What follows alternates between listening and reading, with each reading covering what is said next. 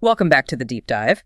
Today, we're pulling back the curtain on something kind of fascinating, maybe even a bit counterintuitive in engineering. We're talking about destructive testing for welded joints. Actually breaking something on purpose, not because it failed, but because that's how you really understand its strength, how it might perform later. It's like the ultimate stress test, right? Exactly. It sounds brutal, but it's incredibly informative. So our mission today isn't just to list tests.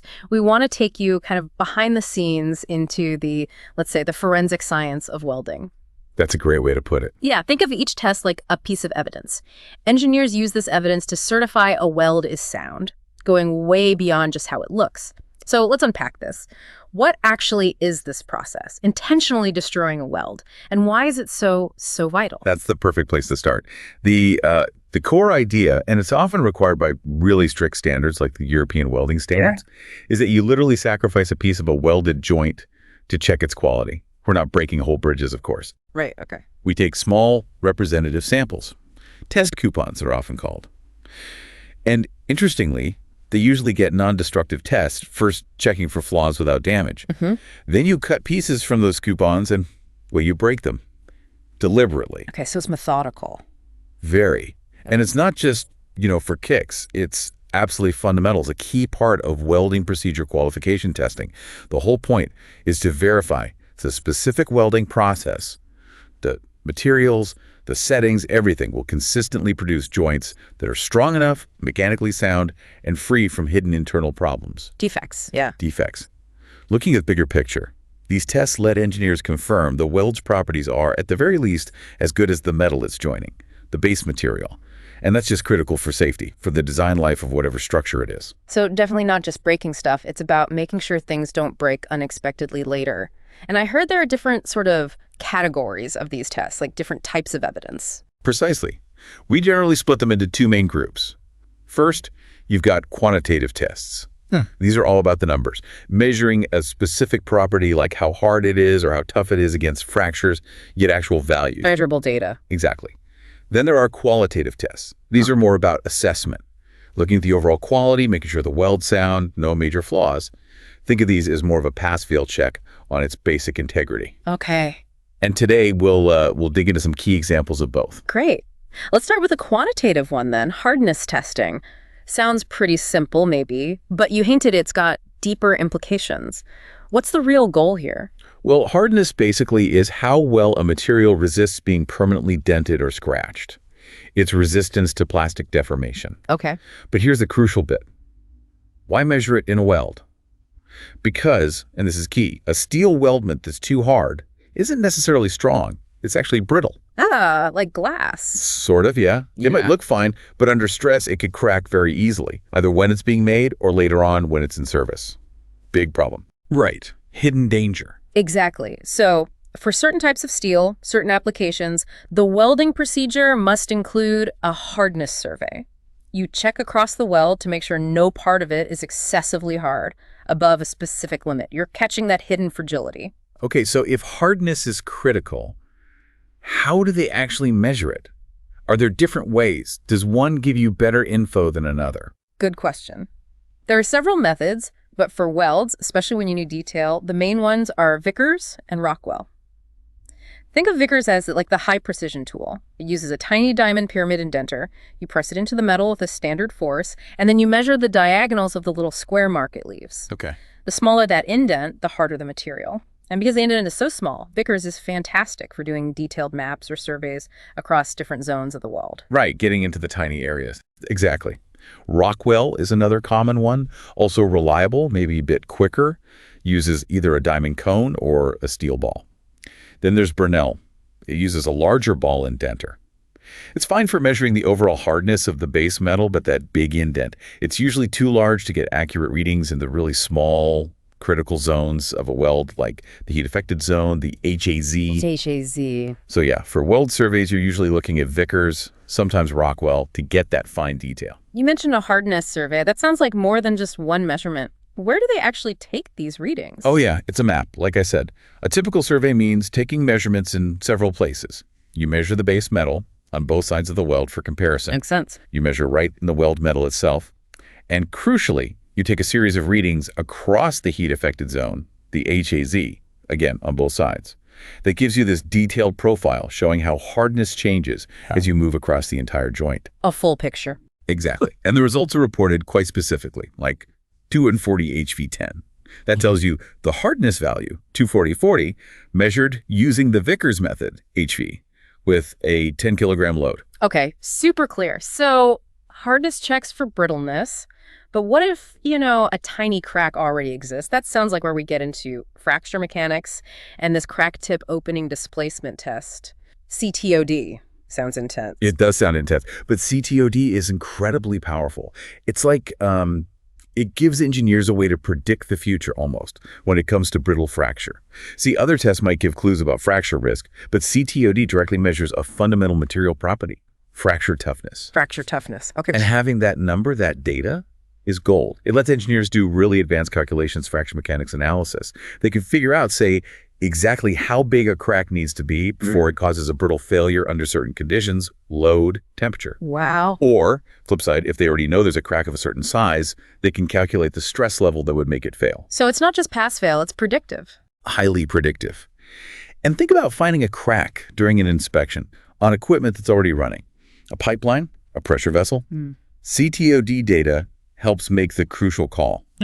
Is it safe to keep running, or does it need immediate repair?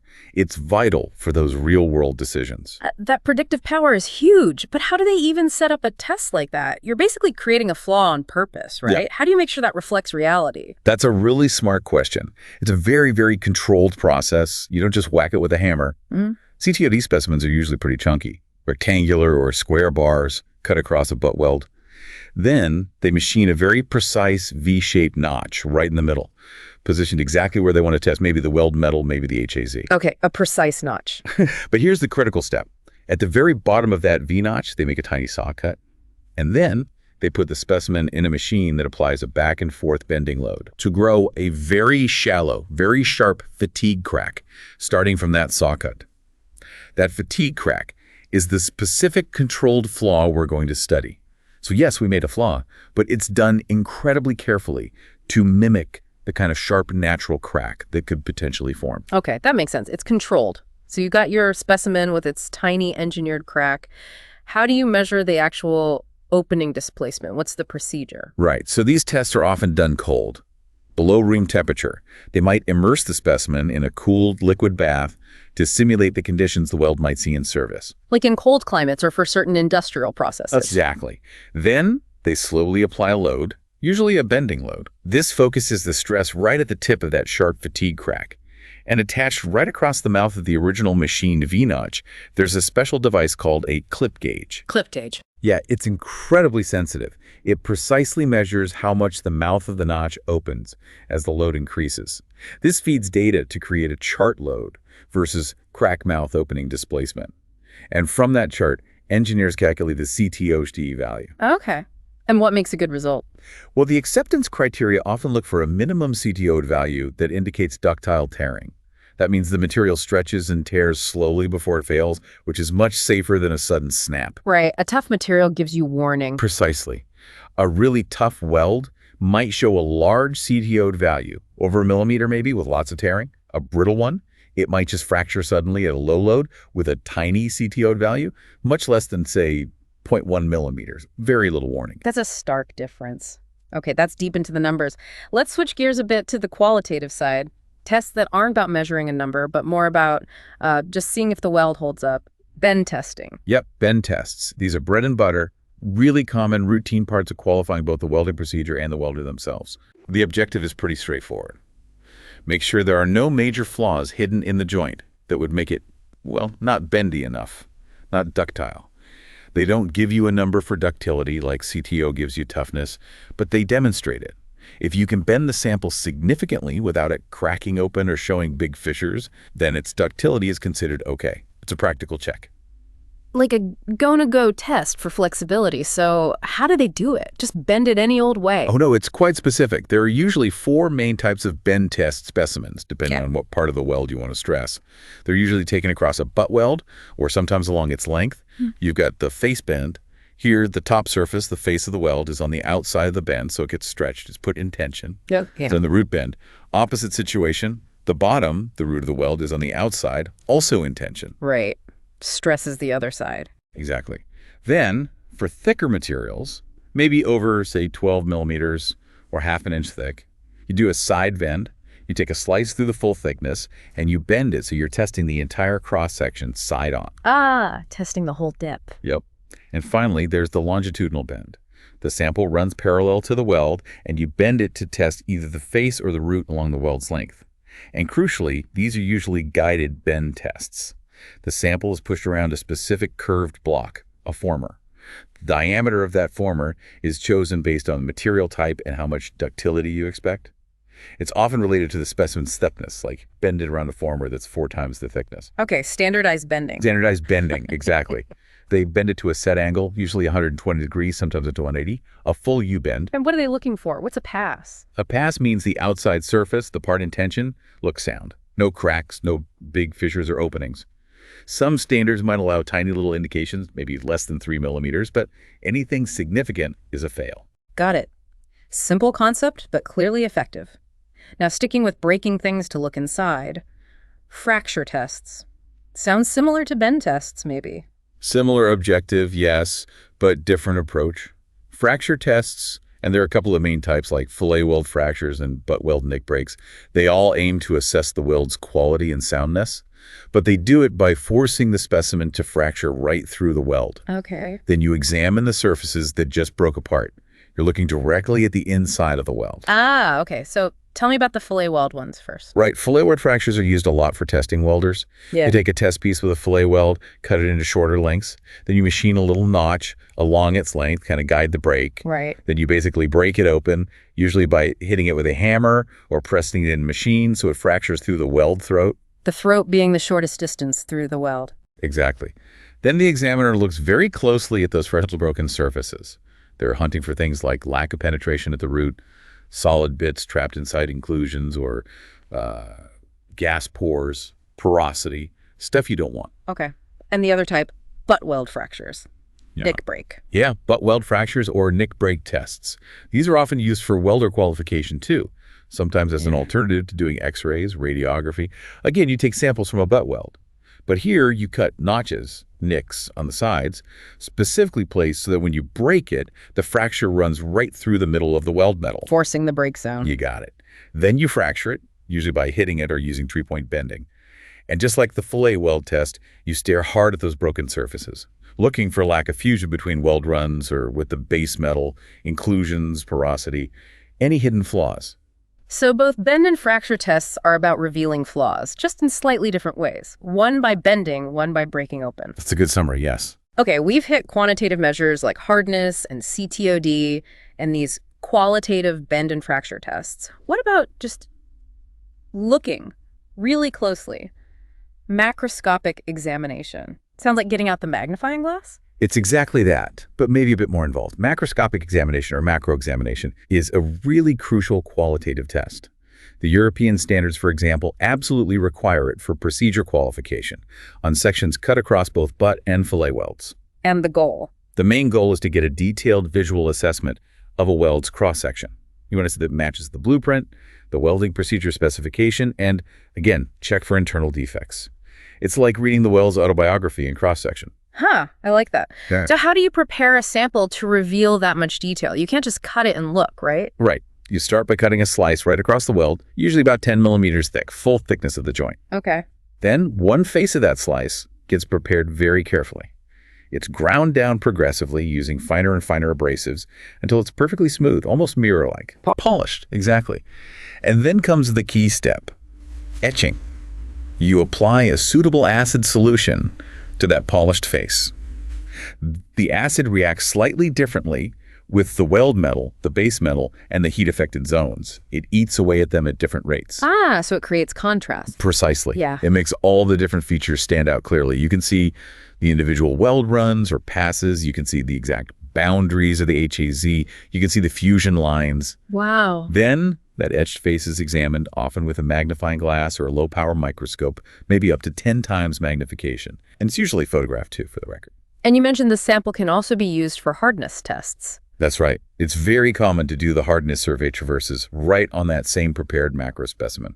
Very efficient. So what kind of information does this macro view actually give you? What are you learning? Oh, a huge amount. You see the overall soundness, any big cracks or voids. You see the profile of the weld, the shape, the number of weld passes. You can assess the weld penetration depth, really important. Yeah. For a fillet weld, you can measure the actual leg lengths and the throat thickness accurately. You can see the distribution of any inclusions. You get a direct look at the structure of the weld, the HAZ, the fusion zone. It's incredibly informative just from looking. That is an amazing amount of detail from one slice. It really is like an autopsy. Yeah. So bringing this all together for you listening, how does knowing about these tests, these specific ways of breaking and looking at welds, how does that help us be more informed? Well, if we just sort of zoom out for a second, what it means is that behind pretty much every welded structure, you're relying on bridges, pipelines, buildings, cars, ships, everything. Yeah. There's this incredibly rigorous, often hidden process of testing and verification happening. It's not just paperwork. It's hands-on, detailed work. And it's this work, these destructive tests, each asking a slightly different question, each providing a unique piece of the puzzle that collectively gives engineers the confidence that the weld meets the design needs, that it's safe, that it's reliable, that it will last.